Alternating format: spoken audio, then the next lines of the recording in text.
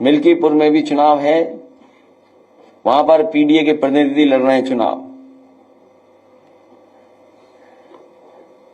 PDA के प्रतिनिधि ही Samajwadi party के प्रत्याशी हैं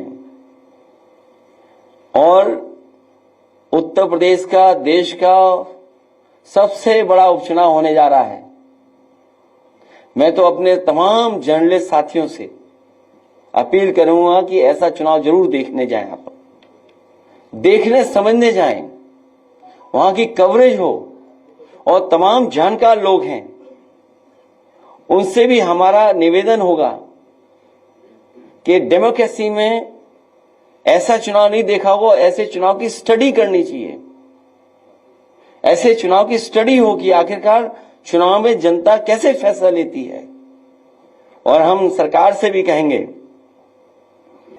समाजवादियों का मानना है कि मार्केट वैल्यू के हिसाब से किसान को मुआवजा मिलना चाहिए। और कई मौकों पर मैं और आप यहां पर बैठ करके कई बार चर्चा की है और यहां तक कहा मैंने कि ये अयोध्या प्रभु राम जी की जमीन है, धरती है उनकी। न केवल भारत, दुनिया के लोगों को वहां के प्रति आस्था है। तो वर्ल्ड क्लास सिटी बने, वर्ल्ड क्लास इंफ्रास्ट्रक्चर बने, लेकिन जो लोग वहां से उजाड़े जा रहे हैं वो उजड़े नहीं, वो भी कम से कम बराबरी के साथ खड़े दिखाई दें। इसलिए मैंने कहा था कि अगर सर्किल रेट बढ़ा करके 6 गुना भी मुआवजा देना पड़े तो सरकार को पीछे नहीं हटना चाहिए। हम लोग इसके पक्ष में नहीं कि प्राइवेटाइज हो, इस पक्ष में नहीं, क्योंकि प्राइवेटाइज हो जाएगा तो हमारी जनता को फिर महंगा बिजली और तमाम सरकारी नौकरियां, जो बात हम लोग कहते थे संविधान के साथ खिलवाड़ हो रही है। संविधान में मोटी मोटी बात जो हम सब आप समझते हैं कि संविधान के तहत ही हमें आरक्षण मिला है, और जब प्राइवेट हो जाएगी चीज तो आरक्षण नहीं मिलेगा, आपको नौकरी नहीं मिलेगी। तो संविधान में जो हमें हक अधिकार मिलता है उसके खिलाफ भारतीय जनता पार्टी काम करती है। अगर प्राइवेटाइजेशन हो रहा है और पक्की नौकरियां छीनी जा रही तो इसका मतलब यह है कि बाबा साहब भीमराव अम्बेडकर जी का दिया हुआ संविधान के साथ छेड़खानी हो रही है। आप पता करिए, आप जानते होंगे हर खंबे पे पीडीए लिखा हुआ था। तो बताओ प्रभु श्री राम ने करा ये कि नहीं किया? बाद में जब सरकार को पता लगा तो हटवाने में लग गए, क्योंकि पीडीए का मतलब जो बीजेपी के अधिकारी को पता ही नहीं था, प्रयागराज डेवलपमेंट अथॉरिटी। सोचिए हमारा कितना प्रचार किया कुंभ में, अब सुना है कि सब हटवा दिए गए सरकार ने। सोचो ऐसी सरकार है। अयोध्या के किसानों का मुद्दा आप लगातार उठाते रहे हैं कि मुआवजे को लेकर दिक्कत है। लगभग 2 महीने पहले आवास विकास परिषद के सचिव नीरज शुक्ला ने प्रेस कॉन्फ्रेंस की थी, दुख दे रहे हैं।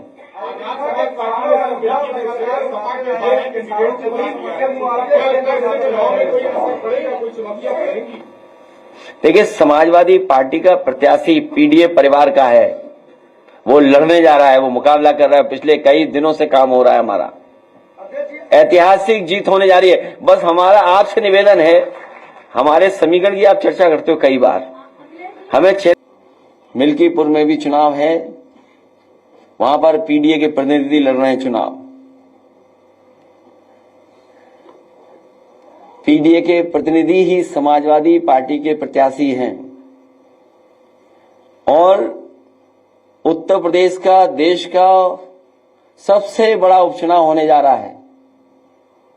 मैं तो अपने तमाम जर्नलिस्ट साथियों से अपील करूंगा कि ऐसा चुनाव जरूर देखने जाएं, आप देखने समझने जाएं, वहां की कवरेज हो और तमाम जानकार लोग हैं उनसे भी हमारा निवेदन होगा कि डेमोक्रेसी में ऐसा चुनाव नहीं देखा होगा, ऐसे चुनाव की स्टडी करनी चाहिए। ऐसे चुनाव की स्टडी हो कि आखिरकार चुनाव में जनता कैसे फैसला लेती है। और हम सरकार से भी कहेंगे कि ये चुनाव पारदर्शी हो और पारदर्शी उदाहरण पेश करे सरकार कि ये फेयर इलेक्शन हो रहा है।